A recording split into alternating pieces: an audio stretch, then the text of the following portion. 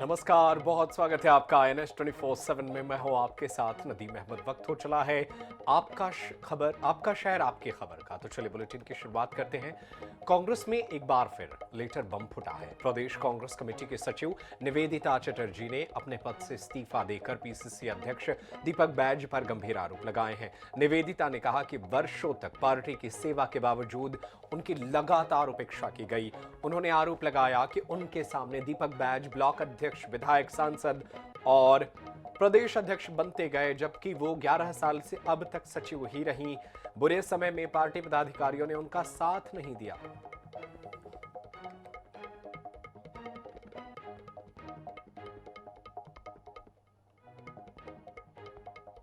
कांग्रेस से इस वक्त एक बड़ा अपडेट निकल कर आ रहा है, जहां पर पीसीसी की सचिव निवेदिता चटर्जी ने इस्तीफा दे दिया है। लगभग 11 साल प्रदेश कांग्रेस कमेटी में सचिव के तौर पर काम करने के बाद अब उन्होंने इस्तीफा दे दिया और कहीं ना कहीं उनकी नाराजगी निकल करके सामने आई है। एक लेटर भी उन्होंने लिखा है जहां पर उन्होंने दीपक बैज पर उपेक्षा का आरोप लगाया है। तो क्या ये नाराजगी दीपक बैज जी से ही है या पार्टी में और भी पदाधिकारियों से आपकी नाराजगी है? नहीं नहीं नहीं, देखिए, मेरे को पार्टी के किसी भी पदाधिकारी से क्यों मेरा पर्सनली रहेगा। मैं सिर्फ अध्यक्ष जी से इसलिए बात बोल रही हूँ क्योंकि वो अध्यक्ष है। उनको समीक्षा करना था कि मैंने जिनको सूची में दो लास्ट लिस्ट से रखा हुआ है, मैंने उनको कहाँ तक बढ़ाया है। अगर आप किसी को देखिए, हम जिम्मेदारी मांगते हैं। आप ये अच्छे तरीके से समझते हैं कि कोई हमारी सरकार है नहीं, 5 साल आए ले दे के और उसके बाद अब सरकार है नहीं। मतलब अगर हम कोई जिम्मेदारी मांग रहे हैं तो सीधा सीधा ये हमारे पॉकेट से खर्चा होने वाली बात है कि नहीं। तो अब इसके में अगर कोई जिम्मेदारी मांग रहा है, चाहे वो महिला कांग्रेस अध्यक्ष का, प्रदेश अध्यक्ष का मांगा हो, कोई MLA की टिकट का मांगा हो, या कोई अगर आपका वार्ड पार्षद की टिकट मांग रहा हो, तो वो अपने खर्चे से चलेगा। तो नाउ इन दिस केस अगर आप उसको कहीं भी नहीं खड़ा कर रहे हैं तो ये तो कोई कंपनी प्रमोशन है ही नहीं ना कि मुझे सैलरी मिलेगी, मेरी बोनस मिलेगा। तो ये थे हमारे साथ निवेदिता चटर्जी जी, जिन्होंने 11 साल तक पीसीसी के सचिव के तौर पर जिम्मेदारी निभाई, लेकिन आज उन्होंने इस्तीफा दे दिया अपने पद से। हालांकि फिलहाल वे पार्टी के सदस्य हैं, लेकिन अपने पद से इस्तीफा दिया और कहीं ना कहीं उनका दुख झलका है साफ तौर पर। और उन्होंने कहा है कि दीपक बैज अध्यक्ष होते हुए छोटे कार्यकर्ताओं की नहीं सुन रहे हैं। सचिव हैं 11 साल से, उन पर पार्टी ने उनके बुरे वक्त में साथ खड़ी नहीं रही पार्टी, जो पदाधिकारी। तो ऐसे में छोटे कार्यकर्ताओं की क्या स्थिति होगी, और यही दुख है कि उन्होंने अब आखिरकार पार्टी के जो पद है उससे इस्तीफा दे दिया। कैमरा पर्सन इकराम कुरैशी के साथ मोहम्मद सैन, INS 24/7 लाइव।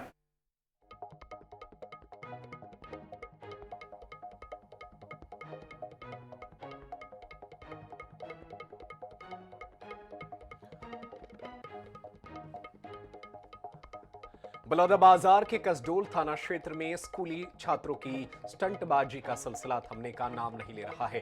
ताजा मामला छेछर शासकीय हायर सेकेंडरी स्कूल का है, जहां विदाई समारोह के दौरान छात्रों ने ट्रैक्टर और अन्य 4 पहिया वाहनों से स्टंट करते हुए स्कूल परिसर में प्रवेश किया। यह घटना वीडियो वायरल हो गई है, जो इस क्षेत्र में तीसरी बार घटित हुई है। वीडियो वायरल होने के बाद स्कूल प्रबंधन की भूमिका पर सवाल उठने लगे हैं, क्योंकि ऐसे हादसों से छात्रों की सुरक्षा पर भी खतरा बन सकता है। तो तस्वीरें बलौदाबाजार की है, जहां फेयरवेल पार्टी में इस तरीके से स्टंटबाजी करते हुए छात्र नजर आ रहे हैं। और चलिए इस खबर पर ज्यादा जानकारी के लिए अपने सहयोगी का रुख कर लेते हैं। हमारे साथ हमारे सहयोगी कुश अग्रवाल फोन लाइन पर मौजूद हैं। कुछ ये तस्वीरें हैरान करने वाली है। विदाई समारोह होता है, होना चाहिए, लेकिन इस तरीके से स्टंटबाजी को किसने बढ़ावा देने के लिए आंखें मूंद ली? क्या विद्यालय प्रशासन को इसे नहीं रोकना चाहिए था?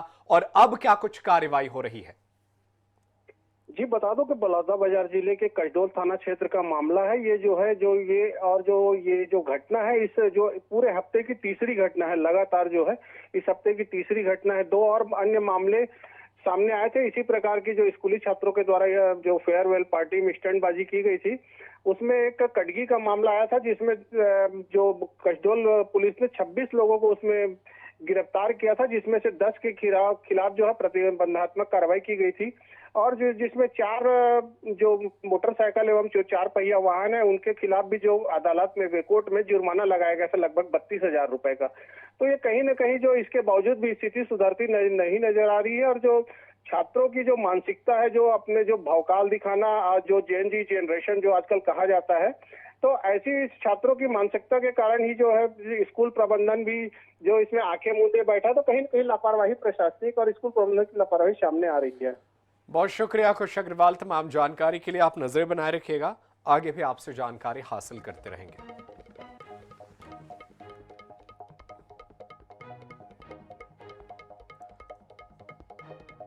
और प्रशासन के सख्त मनाही के बावजूद शादियों में हर्ष फायर की घटनाएं लगातार सामने आ रही है। रायसेन शहर में बीती रात एक शादी समारोह के दौरान हर्ष फायरिंग की अफरा तफरी मच गई। सागर मार्ग स्थित भगवती गार्डन के पास भोपाल से आई बारात के स्वागत के दौरान एक व्यक्ति ने बंदूक से हर्ष फायर कर दिया, जिससे निकले छर्रे 4 युवकों को जा लगे। घायलों में अतुल धाकड़, पवन चौरसिया, सौरभ भारतोले और फोटोग्राफर अनिमेश कुशवाहा शामिल हैं, जिन्हें जिला अस्पताल में भर्ती कराया गया। घटना के बाद आरोपी मौके से फरार हो गया। पुलिस ने मामला दर्ज कर आरोपी की तलाश शुरू कर दी है।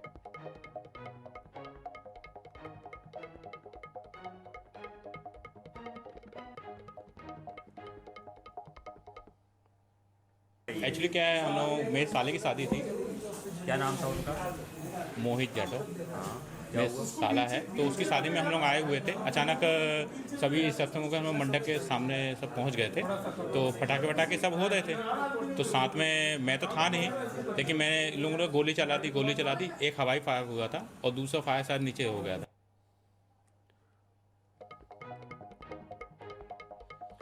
तो शादी में हर्ष फायरिंग के मामले जो है वो लगातार सामने आ रहे हैं और ये तस्वीर रायसेन से निकलकर सामने आई।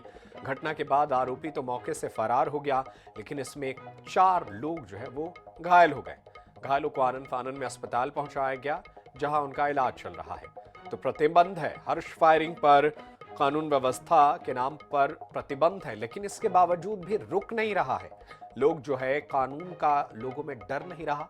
शादी में हर्ष फायरिंग के मामले लगातार बढ़ रहे हैं।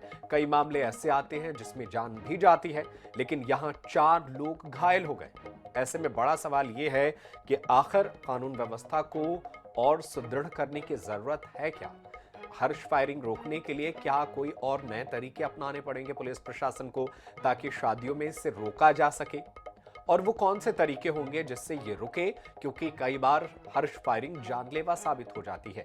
तो ऐसे में बारात के दौरान फायरिंग के मामले कई निकलकर सामने आते हैं और कानून व्यवस्था मजबूत तो है, लेकिन फायरिंग रुक नहीं रही है। और चलिए ज्यादा जानकारी के लिए अपने सहयोगी का रुख कर लेते हैं। हमारे साथ संजय हमारे सहयोगी फोन लाइन पर मौजूद हैं।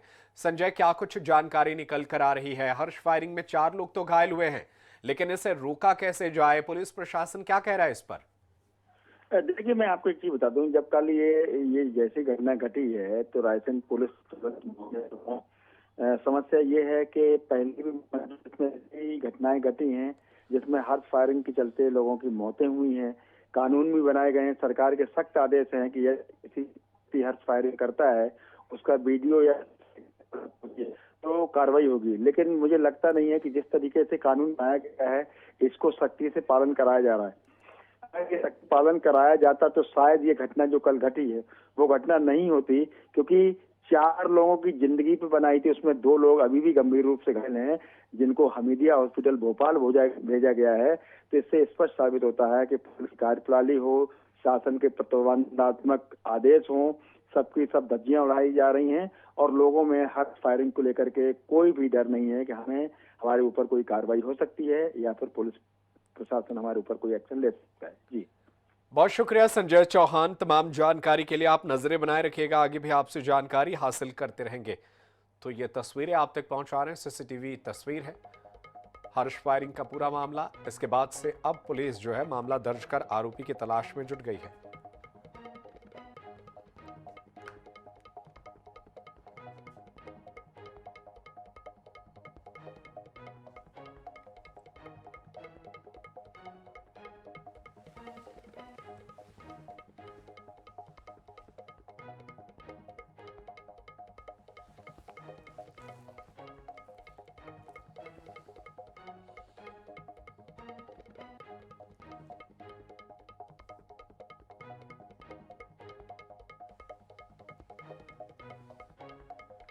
बारात के दौरान ये फायरिंग का मामला है। स्वागत के दौरान हर्ष फायरिंग की गई और हर्ष फायरिंग की वजह से ये 4 लोग जो घायल हुए हैं उन्हें अस्पताल में भर्ती कराना पड़ा, जहां पर उनका इलाज जारी है।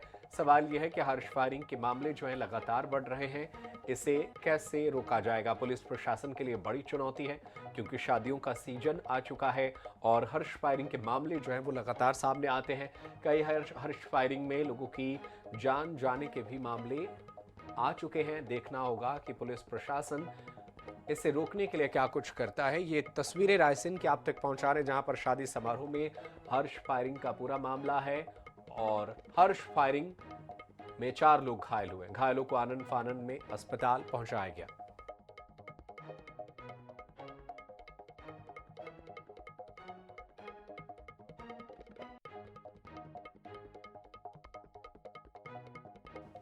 तो बंदूक की गोली से शादी में अफरा तफरी, ये तस्वीरें निकलकर सामने आई रायसेन से, जहां पर बारात में हर्ष फायरिंग की वजह से छर्रा लगने से 4 लोग जो है वो घायल हो गए। घायलों को अस्पताल में भर्ती कराना पड़ा। शादी की खुशियां कुछ देर में यहां पर उदासी और गम में बदल गई। हर्ष फायरिंग के मामले मध्य प्रदेश में लगातार सामने आ रहे हैं। इंदौर के भागीरथपुरा में दूषित पानी के कारण 33वीं मौत दर्ज की गई है। 70 वर्षीय बुजुर्ग के उपचार के दौरान मौत हो गई। करीब 1 महीने से बुजुर्ग का इलाज चल रहा था। हालत बिगड़ने पर डॉक्टरों ने उन्हें वेंटिलेटर सपोर्ट पर रखा, लेकिन सांस लेने में लगातार दिक्कतें हो रही थी। डॉक्टरों के अथक प्रयासों के बाद भी बुजुर्ग की जान नहीं बचाई जा सकी। इस मौत के बाद इलाके में चिंता और दहशत का माहौल कायम हो गया है और दूषित पानी से स्वास्थ्य समस्याएं बढ़ रही हैं। तो दूषित पानी से 33वीं मौत भागीरथपुरा में। इस मौत से भी एक बार फिर से सनसनी मच गई। बुजुर्ग ने इलाज के दौरान दम तोड़ दिया। डॉक्टरों ने पूरा प्रयास किया बचाने के लिए, वेंटिलेटर सपोर्ट पर रखा गया, लेकिन नहीं बचाया जा सका। मौत के बाद इलाके में कोहराम की स्थिति है। दूषित पानी के कारण ये 33वीं मौत है। तो ऐसे में बड़ा सवाल ये है कि बुजुर्ग की मौत के बाद अभी भी दूषित पानी अपना कहर दिखा रही है। मौत के बाद इलाके में चिंता का माहौल है। दरअसल बुजुर्ग को लगातार बचाने की कोशिश की जा रही थी, उनका इलाज चल रहा था, वेंटिलेटर सपोर्ट पर थे, लेकिन उनकी मौत हो गई। और चलिए ज्यादा जानकारी के लिए अपने साथ हमारे सहयोगी हमारे साथ जुड़ गए महेश मिश्रा, उनका रुख कर लेते हैं। महेश, भागीरथपुरा में अभी भी दूषित पानी लोगों के लिए जानलेवा साबित हो रही है। 33वीं मौत हो गई है, क्या कुछ है इस पर जानकारी? प्रशासनिक टीम का क्या कहना है इस मौत पर? देखिए, ये जो 3 पेशेंट जो अस्पताल में आईसीयू में भर्ती थे बॉम्बे हॉस्पिटल में, उन्हीं में से एक ये महिला थी जिनकी मृत्यु हुई है। और ये बिल्कुल सही कि 33वीं मौत है, पर ये नए पेशेंट नहीं है। पिछले 1 महीने से इनका अस्पताल में इलाज चल रहा था और इसी दौरान इनकी मृत्यु कल रात में, आज सुबह इनकी मृत्यु हुई है। कल सुबह इनकी मृत्यु हुई है। तो नए पेशेंट नहीं है, पर जो पुराने जो पेशेंट्स थे, जिनमें से कुछ लोगों को आईसीयू में रखा गया था, वेंटिलेटर पे थे, जो 3 पेशेंट वेंटिलेटर पे थे जिनकी हालत गंभीर थी पिछले लंबे समय से, उन्हीं में से ये महिला भी थी जिनकी मृत्यु हुई है। अभी भी 2 पेशेंट गंभीर हालत में है। एक पेशेंट जो है अस्पताल में भर्ती था, जिसकी हालत ठीक होकर उसको वापस घर भेज दिया गया। तो 450 पेशेंट अब तक ठीक होकर घर जा चुके हैं। नए पेशेंट मिलना पूरी तरीके से बंद हो चुके हैं भागीरथपुरा में। पर जो शुरुआती दौर में ये 27 और 29 दिसंबर के बीच में ये पूरा मामला जो है आउटब्रेक हुआ था, पानी के कारण लोग बीमार होकर और लगातार अस्पताल पहुंचने लगे थे। तो जो शुरुआती दौर था दिसंबर का लास्ट सप्ताह और जनवरी का फर्स्ट और सेकंड जो वीक था, उसमें जो बीमार आए थे उन्हीं में से एक बीमार थी और इनका अस्पताल में इलाज चला था, जिसके दौरान इनकी मृत्यु हुई। बीमार तो थे लेकिन मौत अब हुई है, तो ऐसे में दहशत होना लाजिम है। बहुत शुक्रिया महेश मिश्रा तमाम जानकारी के लिए। आप नजर बनाए रखिएगा, आगे भी आपसे जानकारी हासिल करते रहेंगे। और इंदौर के तुकोगंज इलाके में पुलिस ने एक युवक की जान बचाई जो पत्नी के वियोग में आत्महत्या करने की कोशिश कर रहा था। 27 वर्षीय सोनू, जिसकी पत्नी उसे छोड़कर चली गई थी, शराब के नशे में फांसी का फंदा तैयार कर चुका था। वहीं बीट जंजीरा के पुलिस जवानों को इसकी सूचना मिली और उन्होंने त्वरित कार्रवाई करते हुए तुकोगंज थाने की पुलिस को सूचित किया। पुलिसकर्मी मौके पर पहुंचे और दरवाजा खुलवाकर युवक को फांसी लगाने से रोक लिया। उन्होंने छत से बंधी रस्सी समय रहते उतार ली। इसके बाद पुलिस ने सोनू के माता-पिता को बुलाकर युवक की काउंसलिंग भी की। सूचना दी गई थी कि पंचम की फैल में रहने वाले सोनू का कुछ झगड़ा हो रहा है, कहीं ना कहीं कोई अप्रिय घटना घटित हो सकती है। इस पर से तत्काल थाना प्रभारी तुकोगंज के द्वारा अपने बीट प्रभारियों को भेजा गया और वहां जाकर देखा तो एक जो सोनू नाम का व्यक्ति फांसी लगाने की कोशिश कर रहा था, उसने शराब पी रखी थी। उसको तत्काल उसको पकड़ा और उसको रोका गया, उसको समझाया गया। उसके मदर फादर भी उस समय नहीं थे तो उनको बुलाया गया और जब काउंसलिंग की गई तब जाके वो समझा। फिलहाल अभी जो प्राथमिक जांच में ये समझ में आ रहा है कि जो पत्नी उसको छोड़ के चली गई है, उस वियोग में उसके द्वारा फांसी लगाने की कोशिश की गई, लेकिन समय रहते तुकोगंज पुलिस के द्वारा पहुंचकर उसको बचा लिया गया।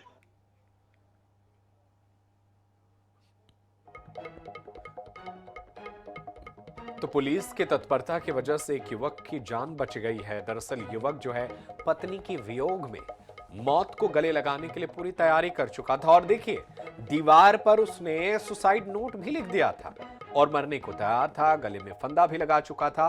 लेकिन पुलिस की यहां जमकर तारीफ करनी होगी। पुलिस समय पर पहुंची और युवक की जान बचा ली।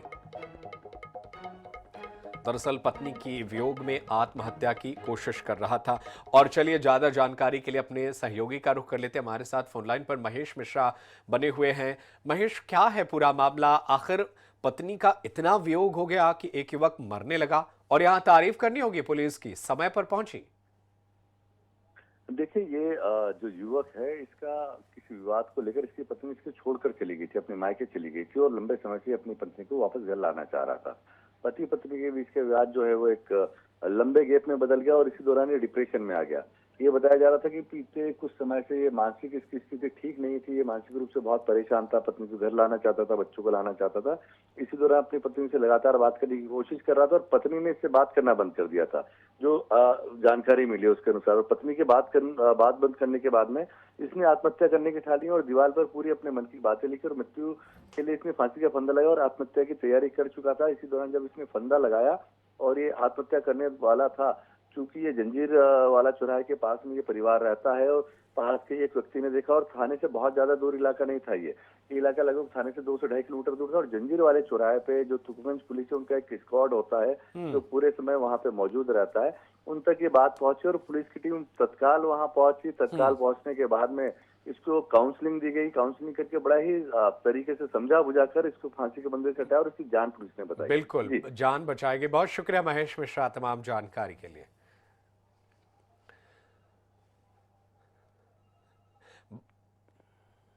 बलौदाबाजार जिले के वनांचल क्षेत्र के ग्राम लोरित खार में धान बिक्री न हो पाने से परेशान महिला कृषक द्वारा आत्महत्या का प्रयास किया। चिकित्सकों के अनुसार महिला की स्थिति फिलहाल सामान्य बताई जा रही। दरअसल ग्राम लोरित खार निवासी आदिवासी महिला कुंतीबाई बरिहा ने गुरुवार दोपहर 12 बजे धान बिक्री में हो रही देरी से परेशान हो गई और तनाव में आकर कीटनाशक दवा का सेवन कर लिया। परिजनों द्वारा उसे उपचार के लिए पिथौरा अस्पताल पहुंचाया गया। महिला के पास 2 हेक्टेयर कृषि भूमि है जिसमें करीब 60 क्विंटल धान का उत्पादन हुआ था। बार बार समिति के चक्कर लगाने के बावजूद टोकन नहीं कटने और सत्यापन प्रक्रिया पूरी न होने से किसान परेशान थी।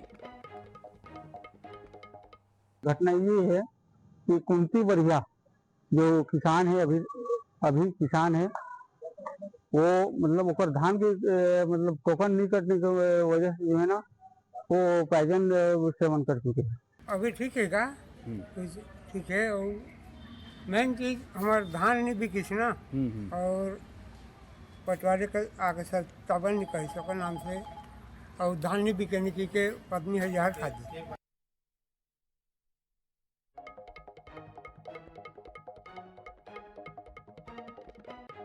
किया है। महिला के पास 2 हेक्टेयर कृषि भूमि है।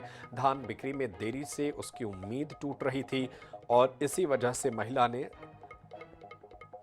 कीटनाशक पी लिया, जिसके बाद से महिला को आनन फानन में अस्पताल में भर्ती कराया गया। फिलहाल महिला की स्थिति ठीक है।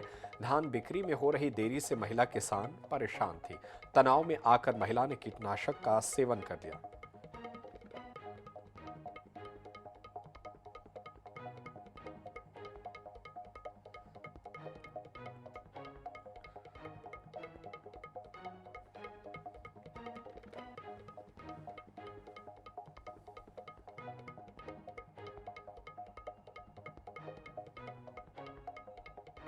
और फिलहाल आपका शहर आपके खबर में आज के लिए इतना ही, लेकिन देश दुनिया की खबरें जारी है। आप देखते रहिए INS 24/7। धन्यवाद।